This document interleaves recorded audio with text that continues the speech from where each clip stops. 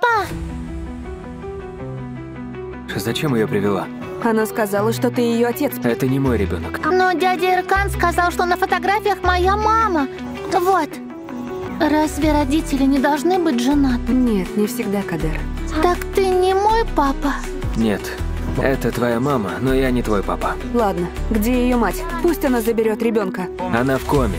Моя мама умрет? Нет, Кадер, нет. Она больна, в больнице. Вылечится и выйдет. Не плачь. Ты вернешь ребенка, откуда взяла, и никому не расскажешь, что видела. Я не ради сплетен пришла. Но почему она бросила ребенка? Почему девочка живет у чужих людей? Сестра Зейнеп, можно мне в туалет? Ничего не случится, если мы зайдем в туалет. Не случится.